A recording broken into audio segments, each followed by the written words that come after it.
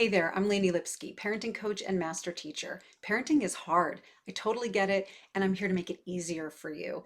Especially if you had a tough childhood or you've got a tough child now, I've got your back. So take a deep breath, relax, and check out this clip from my coaching group this week. And remember to hit like and subscribe if you like my vibe. Let's get started. So, for example, in my house, we do something called Digital Detox Day. And the way that we were doing it up until very, very recently is that on a digital detox day, it was once a week, we just took all the devices in our house and we put them into one spot. The kids didn't know where that spot was, and none of us were watching a screen. We didn't have the TV on, we didn't have any phones going. I had the auto reply to my friends. You can ask them. I think a lot of them got annoyed, but I had the auto reply instead of saying, I can't text you, I'm driving. My reply said, I'm taking a digital day off. Please call me if it's necessary, or, I'll get back to you tomorrow. And we did that for a while, and my kids didn't love it, I won't lie, but that was something that I felt that we all needed to have a digital break from, right? It was just all the technology. And if that sounds daunting to you, that's not something you have to impose on your family right away. You can build up to that in stages. And if you're curious about that, by all means, ask. But recently, as my kids have now they're older, I've got two teenagers, and one of my teenagers was able to very articulately say to me, listen, Mom, on this digital detox day, I have friends who are texting each other and they're making plans, and I'm being left out of the plan making because I'm not able to text. And I had to really think about that because my intention around creating a digital detox day was not to cut my kids off from their friends. In fact, it's the opposite. It was the hope was to have them have more real face-to-face time with people. But in the process, my wonderful idea of digital detox was getting in the way of that. So very recently, like in this last month, I had to pivot a little bit and say, okay, well, for Digital Detox Day, we're going to shut down all the functions of your phone except for texting. So, does that mean that this child of mine is sitting on the phone all day just texting, texting? No, because there's only so much that somebody can text, and there's only so many texts that are coming in, and there's not the scrolling going involved. It's not perfect. It's not exactly the no tech day that I have envisioned in my mind. We used to do that, and now I've had to pivot. But this is something that I'm giving as an example because my child was able to articulate to me why that boundary wasn't really working anymore, why it was affecting their social life, and I had to bend a little bit there. That's an older child example. When your kids are younger and they're not able to articulate why something feels unfair, um, but they persist in saying that they don't like a certain boundary, you might want to look at the situation from their perspective and think, why is this hard for them? How is this impacting them? And see if you are able to bend or if you're not willing to bend. Sometimes boundaries are set and kids don't like it, and eventually they get used to it.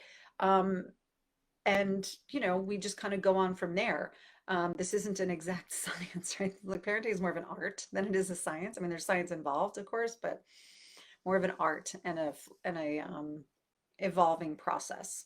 So with the tech boundaries as an example, those are some ways that you can check into whether or not, whether it's a tech boundary or another kind of boundary, you can look at when you may want to consider flexing your boundary a little bit. And if it's a no, then it's a no. But I just caution you as your kids get older that the more you just have no's in place and hard line no's, the more your kids are going to resist and eventually rebel. And as was true when they were little, it becomes more true later on. Pick your battles. Pick where you're going to, draw your line in the sand and where you're not going to move from. Everything else I think should be kind of at least considered, even if you come back to the original answer that you have. Um, please just consider that a boundary might need to be examined, and why are you setting so many boundaries and in the first place, right? And is it really a no, or is that just the knee-jerk reaction that most of us have for whatever reason. When our kids ask for something or they ask for more of something, we tend to just say no. And just ask yourself, why is it a no? Does it have to be a no? If it has to be a no, okay. But is it just a flat out no, or is there some wiggle room in there? And that's how you're going to be modeling flexible thinking for your kids. And that's eventually how you're going to be modeling for them how to have a conversation with somebody when you don't like the rule that they've imposed, or you don't like the boundary that's there, or the restriction. You can start shaping the conversation around that with your helping your kids come to you with legitimate complaints or legitimate arguments. It doesn't mean that everything is a negotiation, or that they can argue their way or negotiate their way out of every single situation or change every single rule. But if they come to you in a calm manner with a legitimate complaint and a well-stated argument, and you're not, a hardcore 100% yes on something or clear on something, and you do have some wiggle room, that is flexible thinking in the making. And that's how relationships work, and that's how compromise works in the world. So that's a really good way to start that happening in your house, is just to look at where the boundaries are set, how many boundaries you have been setting, why they're set that way, and to just consider what your child's perspective is. And on top of that, not being afraid to hold the boundary when your child is upset that there is a boundary, a new boundary, especially because just because they're upset doesn't mean that you're doing something wrong. So just hold that in your heart and take that for what it is.